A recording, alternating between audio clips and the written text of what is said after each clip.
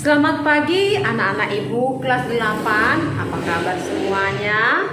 Semua sehat-sehat bukan? Nah, anak ibu kelas 8, kalian baru saja menerima rapor bulanan pertama. Tentu kalian sudah lihat bagaimana hasilnya. Nah, bagi anak-anak kami yang hasilnya sudah bagus, tetap semangat ya. Jangan terus merasa diri hebat ya. Tapi kejar terus supaya kamu tetap berprestasi. Bagi anak-anak kami yang masih kurang nilainya, kalian belajar sungguh-sungguh ya, lebih sungguh lagi untuk mengejar cita-cita. Nah, anak-anak ibu, kalau minggu yang lalu kita sudah belajar mengenai usaha dan daya, pada hari ini kita akan belajar mengenai pesawat sederhana, yaitu terkhusus ibu akan mengajarkan kepada kalian pesawat sederhana mengenai tuas atau pengungkit.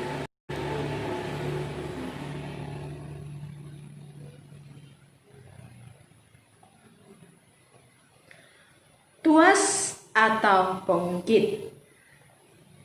Tuas atau pengungkit itu dibagi menjadi 3, yaitu tuas 1, tuas kedua, dan tuas ketiga.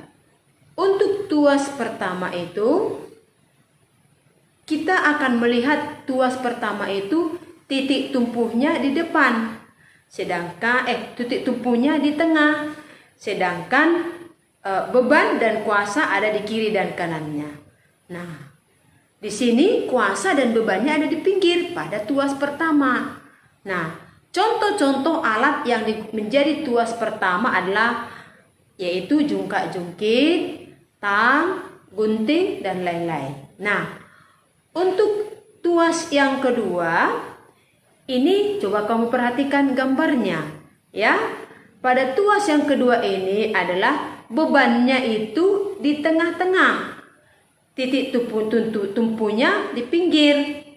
Nah, dan kuasanya juga di pinggir. Di tengah-tengah adalah bebannya. Contohnya pemecah kemiri, pembuka botol, dan gerobak beroda 1. Nah, sekarang kita masuk kepada tuas jenis ketiga. Nah, untuk tuas jenis ketiga ini, nama lainnya adalah tuas jepit. Nah, kenapa? Coba kita perhatikan gambarnya seperti di dalam video ini. Nah, di tengah-tengah adalah kuasanya. Yang di tengah-tengah adalah kuasanya. Ya, di sini pada tuas ini, pada tuas ketiga ini, kuasanya itu ada di tengah-tengah, yaitu tumpu, beban, kuasa. Nah, untuk contoh tuas jenis ketiga adalah seperti misalnya pinset, penjepit kuil, ya. Itulah contoh-contoh daripada tuas ketiga. Nah, untuk rumus pengungkit atau tuas, nah coba kamu perhatikan dulu gambarnya. Ya, ada W, itu adalah beban. Antara beban dengan titik tumpu namanya lengan beban. Sedangkan antara titik tumpu dengan kuasa namanya lengan kuasa.